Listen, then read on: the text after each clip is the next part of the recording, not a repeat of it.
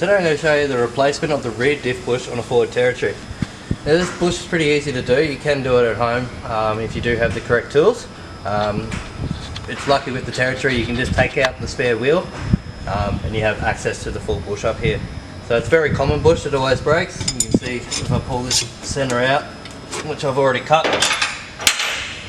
the centre is quite broken and needs to be replaced. So you'll find that the bush is in here. You need to get an air hacksaw and cut through the bush all the way, and you'll find that it will slip straight out. When installing the new bush, it's quite easy again.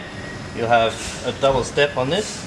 You need to make sure that the bush voids are facing up and down. Place into the housing,